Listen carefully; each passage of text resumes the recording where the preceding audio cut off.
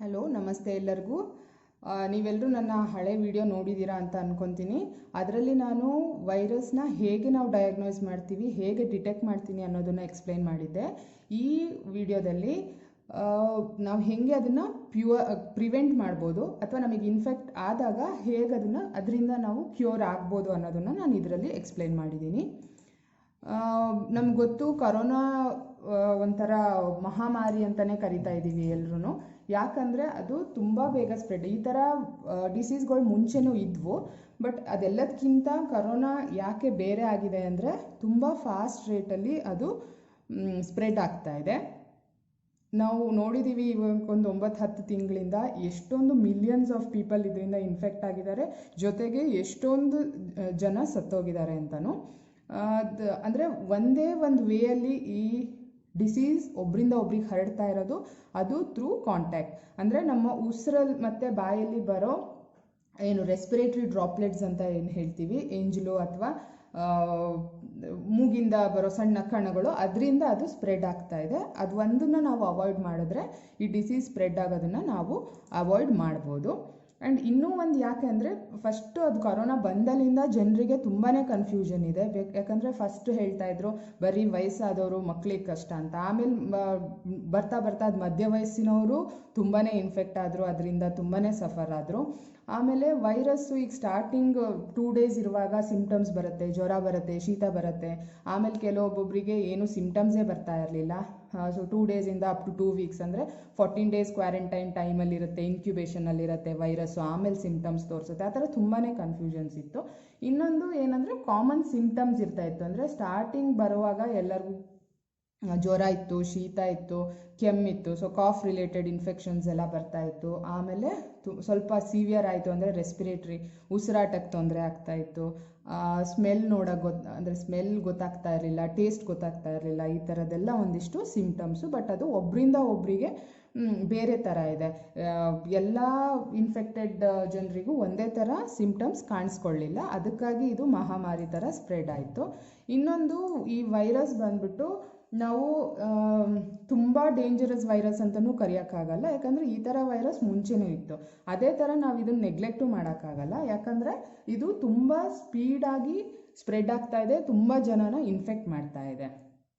ಇದನ್ನು ನಾವು ಝೂನೋಟಿಕ್ ಅಂತ ಕರಿತೀವಿ. ಅಂದರೆ ಫಸ್ಟು ಇದು ಆ್ಯನಿಮಲ್ಸಲ್ಲಿ ಡಿಸೀಸ್ ಕಾಸ್ ಮಾಡಿರುತ್ತೆ, ಆ್ಯನಿಮಲ್ಸಿಂದ ಮನುಷ್ಯರಿಗೆ ಹರಡಿರುತ್ತೆ, ಆಮೇಲೆ ಇದು ಮನುಷ್ಯರಿಂದ ಮನುಷ್ಯರಿಗೆ ಹರಡ್ತಾ ಹೋಗಿದೆ ಈ ವೈರಸ್ಸು.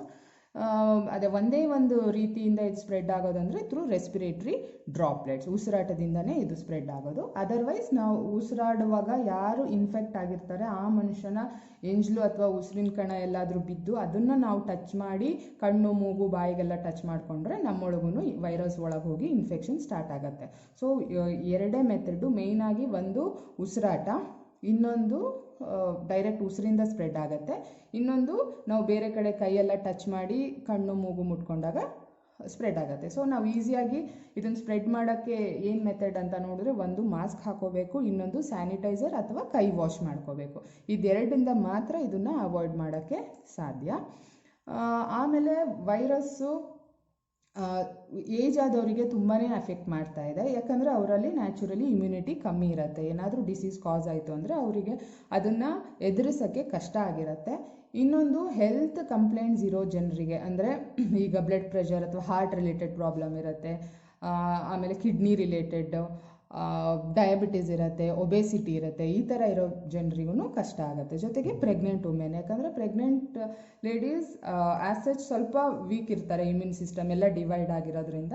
ಜೊತೆಗೆ ಸೇಮ್ ಟೈಮ್ ಅವರಿಂದ ಮಗುಗೆ ಟ್ರಾನ್ಸ್ಫರ್ ಆಗೋ ಎಲ್ಲ ಲಕ್ಷಣಗಳು ಇರುತ್ತೆ. ಸೊ ಈ ಕ್ಯಾಟಗರಿ ಆಫ್ ಪೀಪಲ್ ತುಂಬಾ ಕೇರ್ಫುಲ್ ಆಗಿರಬೇಕು.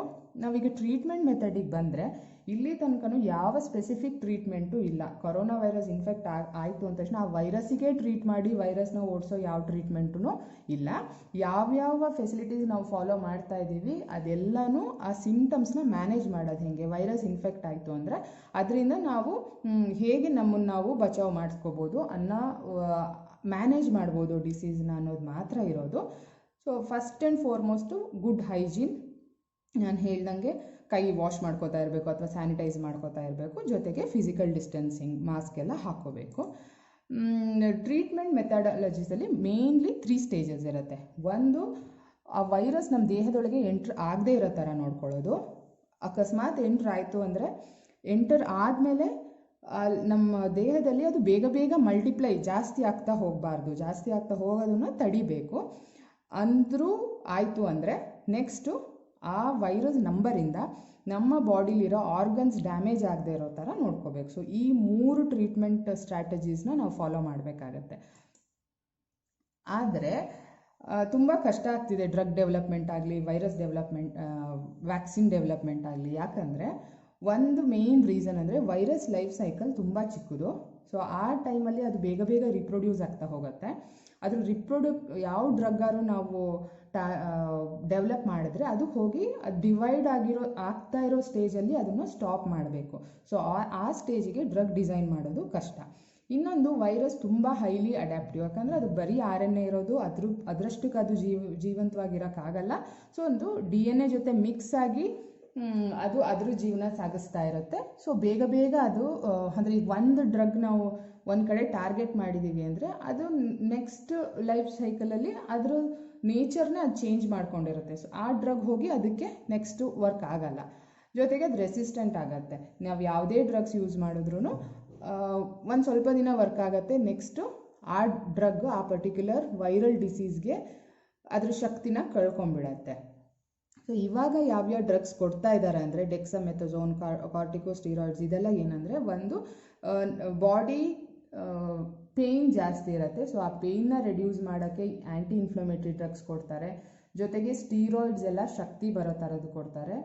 ಆಮೇಲೆ ಹೈಡ್ರಾಕ್ಸಿ ಕ್ಲೋರೋಕ್ವಿನ್ ಅಂದರೆ ಇದು ಆ್ಯಂಟಿ ಮಲೇರಿಯಲ್ ಡ್ರಗ್. ಸೊ ಮಲೇರಿಯಾನು ವೈರಸ್ಸಿಂದ ಸ್ಪ್ರೆಡ್ ಆಗೋದ್ರಿಂದ ಆ ವೈರಸ್ನ ಸ್ಟಾಪ್ ಮಾಡೋ ಈ ಡ್ರಗ್ಗು ಕೋವಿಡ್ನು ಟು ಸಮ್ ಎಕ್ಸ್ಟೆಂಟ್ ಸ್ಟಾಪ್ ಮಾಡ್ಬೋದೇನೋ ಅಂತ ಇದನ್ನು ಕೊಡ್ತಾಯಿದ್ರು. ಜೊತೆಗೆ ರೆಮಿಡೆಸಿವಿರ್ ಅಂದರೆ ಸಾರ್ಸಿ ಕೊಡೋದು ಮತ್ತು HIV ಎಲ್ಲ ಆ್ಯಂಟಿ ವೈರಲ್ ಡ್ರಗ್ಸ್ನ ಕೊಡ್ತಾರೆ. ಬಟ್ ಸ್ಪೆಸಿಫಿಕಲಿ ಈ ವೈರಸ್ಸಿಗೆ ಅದು ವರ್ಕ್ ಆಗಲ್ಲ. ಜೊತೆಗೆ ವಿಟಮಿನ್ D, ವಿಟಮಿನ್ C ಎಲ್ಲ ಬಾಡಿ ಸ್ಟ್ರಾಂಗ್ ಆಗಿರಲಿ, ಜೊತೆಗೆ ಬಾಡಿದು ಇಮ್ಯುನಿಟಿ ಸ್ಟ್ರಾಂಗ್ ಇರಲಿ. ಇಮ್ಯುನಿಟಿ ಸ್ಟ್ರಾಂಗ್ ಇದ್ದಷ್ಟು ಅದು ಬೇಗ ಬೇಗ ಆ್ಯಂಟಿಬಾಡೀಸ್ನ ಪ್ರೊಡ್ಯೂಸ್ ಮಾಡಿ ವೈರಸ್ನ ನಮ್ಮ ದೇಹದಿಂದ ಹೊರಗಡೆ ಹಾಕತ್ತೆ ಅನ್ನೋ ಕಾರಣಕ್ಕೆ ವಿಟಮಿನ್ ಟ್ಯಾಬ್ಲೆಟ್ಸು ಕೊಡ್ತಾ ಇದ್ದಾರೆ. ಇದಿಷ್ಟರ ಜೊತೆಗೆ ಇನ್ನೊಂದು ಪ್ಲಾಸ್ಮಾ ಟ್ರೀಟ್ಮೆಂಟ್ ಅಂತ ಕರಿತೀವಿ. ಸೊ ಪ್ಲಾಸ್ಮಾ ಟ್ರೀಟ್ಮೆಂಟಲ್ಲಿ ಏನಂದರೆ, ಈಗ ಒಬ್ಬ ಮನುಷ್ಯ ಆಲ್ರೆಡಿ ವೈರಸ್ಸಿಂದ ರಿಕವರ್ ಆಗಿದ್ದರೆ ಅವನ ಬಾಡಿಲಿ ನ್ಯಾಚುರಲಿ ಆ್ಯಂಟಿಬಾಡೀಸ್ ಪ್ರೊಡ್ಯೂಸ್ ಆಗಿರುತ್ತೆ. ಸೊ ಆ ಆ್ಯಂಟಿಬಾಡೀಸ್ನ ತಗೊಂಡು ನಾವು ಇನ್ಫೆಕ್ಟ್ ಆಗಿರೋರಿಗೆ ಕೊಟ್ಟರೆ ಈ ಆ್ಯಂಟಿಬಾಡೀಸ್ ಡೈರೆಕ್ಟಾಗಿ ಇಮ್ಯುನಿಟಿ ಪ್ರೊಡ್ಯೂಸ್ ಮಾಡೋಕ್ಕೆ ಹೆಲ್ಪ್ ಮಾಡುತ್ತೆ. ಸೊ ಏನು ಮಾಡ್ಬೋದು ಅಂದರೆ, ಈಗಿರೋ ಸಿವಿಯರಿಟಿ ಏನಿದೆ ಡಿಸೀಸು ಅಂದರೆ ಯಾರವರು ಕಾಯಿಲೆ ಬಂದಿರೋರು ಅಥವಾ ಏಜ್ ಆದವರಿಗೆ ವೈರಸ್ ಇನ್ಫೆಕ್ಷನ್ ಆದಾಗ ಅವ್ರ ಬಾಡಿ ಅಷ್ಟು ಸ್ಟ್ರಾಂಗ್ ಇರಲ್ಲ, ಅವ್ರ ಇಮ್ಯುನಿಟಿ ಕಮ್ಮಿ ಇರುತ್ತೆ.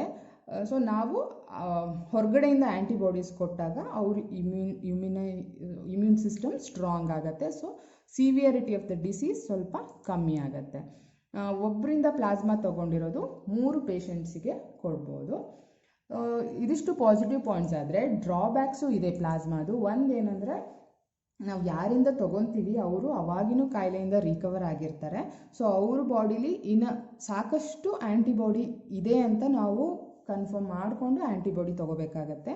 ಜೊತೆಗೆ ನಾವು ಯಾರಿಂದ ತೊಗೋತೀವಿ ಪ್ಲಾಸ್ಮಾ, ಯಾರಿಗೆ ಕೊಡ್ತೀವಿ ಅವ್ರದ್ದು ಕಂಪ್ಯಾಟಿಬಲ್ ಬ್ಲಡ್ ಗ್ರೂಪ್ಸ್ ಆಗಿರಬೇಕು. ಆಮೇಲೆ ಯಾರಿಂದ ಪ್ಲಾಸ್ಮಾ ತೊಗೊಂಡಿರ್ತೀವಿ ಅವ್ರಿಗೆ ಬೇರೆ ಯಾವುದಾದ್ರು ಇನ್ಫೆಕ್ಷಿಯಸ್ ಡಿಸೀಸಸ್ ಇದೆಯಾ ಅಂತಲೂ ನೋಡ್ಕೋಬೇಕು. ಅದರ್ವೈಸ್ ಅವ್ರ ಡಿಸೀಸಸ್ ಇವರಿಗೂ ಸ್ಪ್ರೆಡ್ ಆಗೋ ಚಾನ್ಸಸ್ ತುಂಬ ಇರುತ್ತೆ.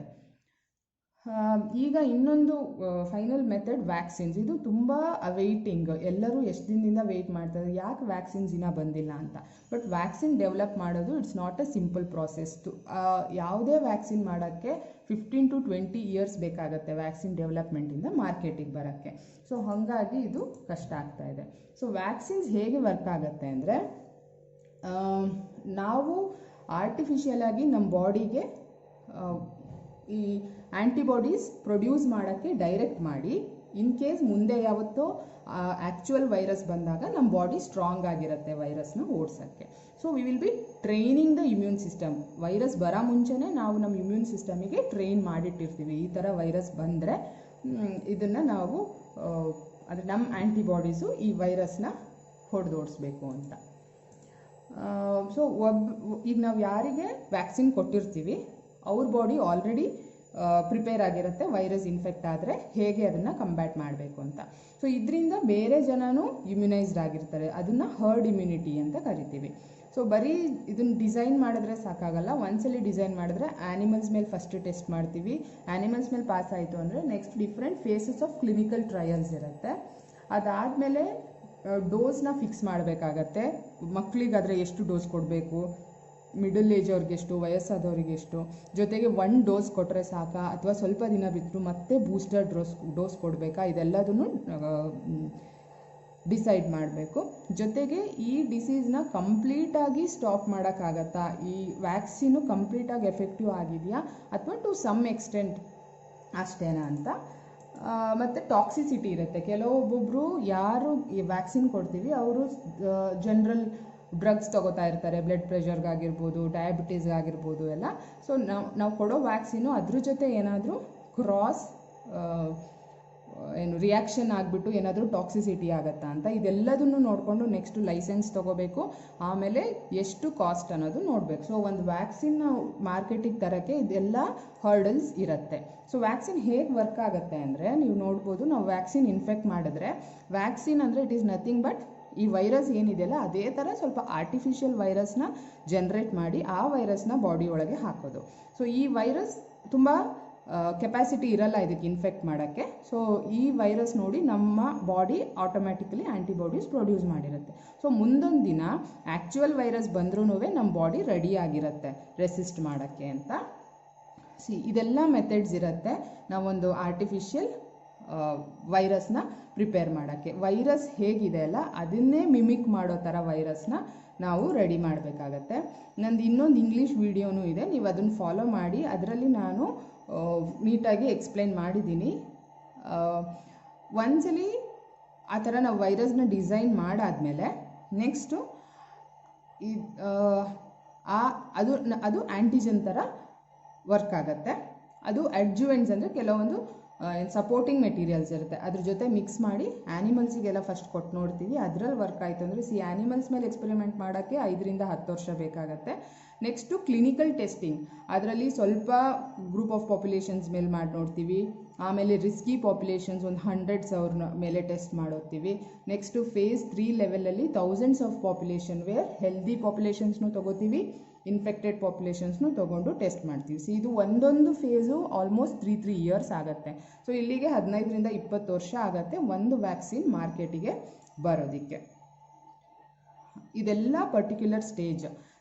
ನಾವು ಆ್ಯಕ್ಚುಯಲ್ ಪ್ಯಾಥೋಜನ್, ಆ್ಯಕ್ಚುಯಲ್ ವೈರಸ್ ಯಾವುದು ಅಂತ ತೊಗೊಂಡು ಅದರಿಂದ RNA ಐಸೋಲೇಟ್ ಮಾಡಿ DNA ಮಾಡಿಕೊಂಡು PCR ಮಾಡಿ ಅದನ್ನು ನಮ್ಮ DNA ಜೊತೆ ಮಿಕ್ಸ್ ಮಾಡಿ ಅದ್ರ ನಂಬರ್ ಇನ್ಕ್ರೀಸ್ ಮಾಡಿಕೊಂಡು ನೆಕ್ಸ್ಟು ವ್ಯಾಕ್ಸಿನ್ ಫಾರ್ಮುಲೇಷನ್ ಮಾಡಿ ಅದರದ್ದು ಟಾಕ್ಸಿಸಿಟಿ, ಕ್ವಾಲಿಟಿ, ಎಫೆಕ್ಟಿವ್ನೆಸ್ ಎಲ್ಲ ಚೆಕ್ ಮಾಡಿ ವ್ಯಾಕ್ಸಿನ್ ಪ್ರೊಡ್ಯೂಸ್ ಮಾಡಿ ನೆಕ್ಸ್ಟು ಸ್ಟೋರಿಂಗ್ ಆ್ಯಂಡ್ ಟ್ರಾನ್ಸ್ಪೋರ್ಟಿಂಗ್. ಅದಾದಮೇಲೆ ವ್ಯಾಕ್ಸಿನೈಸೇಷನ್, ಇಮ್ಯುನೈಸೇಷನ್.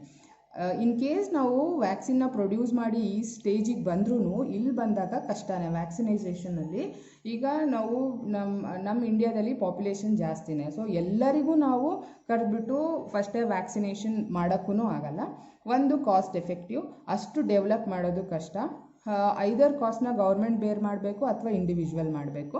ಸೊ ಇಂಡಿವಿಜುವಲ್ಸ್ ನೀವೇ ದುಡ್ಡು ಕೊಟ್ಟು ವ್ಯಾಕ್ಸಿನ್ ತೊಗೊಳ್ಳಿ ಅಂದರೆ ತುಂಬ ಜನಕ್ಕೆ ಅದನ್ನು ಅಫೋರ್ಡ್ ಮಾಡೋಕ್ಕೆ ಕಷ್ಟ ಆಗುತ್ತೆ. ಆ್ಯಂಡ್ ಅಗೇನ್ ವ್ಯಾಕ್ಸಿನ್ ಕೊಡುವಾಗ ಮಕ್ಕಳಿಗೆ ಕೊಡಬೇಕಾ, ಏಜ್ ಆದವ್ರಿಗೆ ಕೊಡಬೇಕಾ, ಬೂಸ್ಟ್ ಡೋಸ್ ಕೊಡಬೇಕಾ, ಅದೆಲ್ಲ ತುಂಬಾ ಕಾಂಪ್ಲಿಕೇಶನ್ಸ್ ಇರುತ್ತೆ. ಈ ಥರ ವೈರಸ್ ಮಾಡುವಾಗ ಐದರ್ ನಾವು ಈ ಪ್ರೋಟೀನ್ನ ಟಾರ್ಗೆಟ್ ಮಾಡ್ಬೋದು ಅಥವಾ ಈ ಎನ್ವೆಲಪ್ ಪ್ರೋಟೀನ್ನ ಟಾರ್ಗೆಟ್ ಮಾಡ್ಬೋದು, RNA ಟಾರ್ಗೆಟ್ ಮಾಡ್ಬೋದು, ಮ್ಯಾಟ್ರಿಕ್ಸ್ ಪ್ರೋಟೀನ್ ಟಾರ್ಗೆಟ್ ಮಾಡ್ಬೋದು. ಇದಿಷ್ಟು ಥರದಲ್ಲೂ ವ್ಯಾಕ್ಸಿನ್ ನೀವು ಅನ್ಕೋಬೋದು. ಇಡೀ ಪ್ರಪಂಚದಲ್ಲಿ ಎಷ್ಟೊಂದು ಲ್ಯಾಬ್ಗಳು ವ್ಯಾಕ್ಸಿನ್ ಪ್ರೊಡ್ಯೂಸ್ ಮಾಡೋಕ್ಕೇ ಟ್ರೈ ಮಾಡ್ತಾ ಇದ್ದಾವೆ, ಬಟ್ ಆದರೂ ಆಗ್ತಾ ಇಲ್ಲ ಅಂತ. ಇದೆಲ್ಲ ವೇರಿಯಸ್ ಮೆಥಡ್, ಒಂದೊಂದು ಲ್ಯಾಬು ಒಂದೊಂದು ಥರದಲ್ಲಿ ವೈರಸ್ನ ಹೊರಗಡೆ ತರೋಕ್ಕೆ ವ್ಯಾಕ್ಸಿನ್ನ ಮಾಡೋಕ್ಕೆ ಟ್ರೈ ಮಾಡ್ತಾ ಇದೆ. ಬಟ್ ವ್ಯಾಕ್ಸಿನ್ ಮಾಡೋದು ಹೆಚ್ಚಲ್ಲ, ವ್ಯಾಕ್ಸಿನ್ನ ಮಾರ್ಕೆಟಿಗೆ ತರೋವಾಗ ಅದ್ರ ಎಫಿಷಿಯನ್ಸಿ ಮತ್ತು ಟಾಕ್ಸಿಸಿಟಿನ ನೋಡ್ಕೊಳ್ಳೇಬೇಕು. ಯಾಕಂದರೆ ಅದು ಮಾರ್ಕೆಟಿಗೆ ಬಂದಮೇಲೆ ಏನಾದ್ರು ಅಡ್ವರ್ಸ್ ಎಫೆಕ್ಟ್ ಮಾಡ್ತು ಅಂದರೆ ಆ್ಯಕ್ಚುಯಲ್ ವೈರಸ್ ಏನು ಹಾನಿ ಮಾಡ್ತಾ ಇದೆ ಅದಕ್ಕಿಂತ ದೊಡ್ಡ ಹಾನಿ ವ್ಯಾಕ್ಸಿನಿಂದ ಆಗುತ್ತೆ. ಅದಕ್ಕೋಸ್ಕರ ತುಂಬ ಟ್ರಯಲ್ಸ್ ಮಾಡಿ ಫೈನಲ್ ಮಾಡಿಕೊಂಡು ವ್ಯಾಕ್ಸಿನ್ನ ಮಾರ್ಕೆಟಿಗೆ ಬಿಡ್ತಾರೆ. So coming to conclusion, at last ನಾವೇನು ಹೇಳ್ಬೋದು ಅಂದರೆ, ವ್ಯಾಕ್ಸಿನ್ ಬಂದ್ರೂ ಈ ಪ್ರಾಬ್ಲಮ್ 100% ಸಾಲ್ವ್ ಆಗುತ್ತೆ ಅಂತ ಹೇಳೋಕ್ಕಾಗಲ್ಲ. So prevention is better than cure. ಒಂದು ಹೇಳ್ದಂಗೆ ನಾವು ಹೈಜಿನ್ ಫಾಲೋ ಮಾಡಿ, ಮಾಸ್ಕ್, ಸ್ಯಾನಿಟೈಸರ್, ಅದು ಫಸ್ಟ್ ಲೆವೆಲ್ಲು ನಾವು ಆ ವೈರಸ್ಸಿಂದ ನಮ್ಮನ್ನು ನಾವು ದೂರ ಇಟ್ಕೊಳ್ಳೋಕ್ಕೆ. ನೆಕ್ಸ್ಟ್ ಅಂತೂ ಅದು ವೈರಸ್ಸಿಂದ ನಾವು ಇನ್ಫೆಕ್ಟ್ ಆದ್ವಿ ಅಂದರೆ ಬೇರೆ ಬೇರೆ ಡ್ರಗ್ಸು, ವಿಟಮಿನ್ಸ್ ಎಲ್ಲ ತೊಗೊಂಡು ನಮ್ಮ ಇಮ್ಯೂನ್ ಸಿಸ್ಟಮ್ನ ಇನ್ಕ್ರೀಸ್ ಮಾಡಿಕೊಂಡು ಆ ವೈರಸ್ ನಮ್ಮ ದೇಹಕ್ಕೆ ಜಾಸ್ತಿ ಏನು ತೊಂದರೆ ಮಾಡದೇ ಇರೋ ಥರ ಕಾಪಾಡ್ಕೋಬೇಕು. ಇದು ಎರಡೂ ಪಾಸ್ ಆಯಿತು ಅಂದರೆ ನೆಕ್ಸ್ಟ್ ಸ್ಟೇಜ್ ಕೆಲವು ಏಜ್ ಆದವರಿಗೆಲ್ಲ ಬ್ರೀದಿಂಗ್ ಪ್ರಾಬ್ಲಮ್ಸ್ ಎಲ್ಲ ಆಗುತ್ತೆ.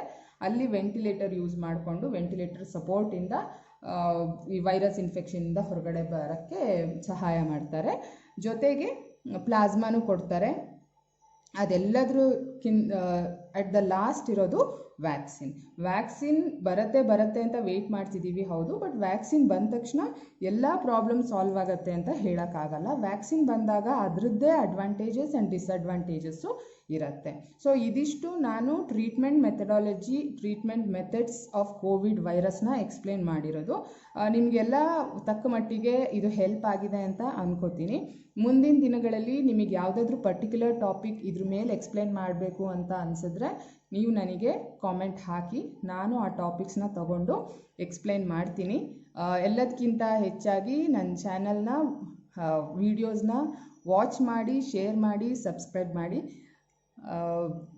ಇನ್ನೂ ಹೆಚ್ಚಿನ ವೀಡಿಯೋಗಳೊಂದಿಗೆ ಬರ್ತೀನಿ. Thank you so much.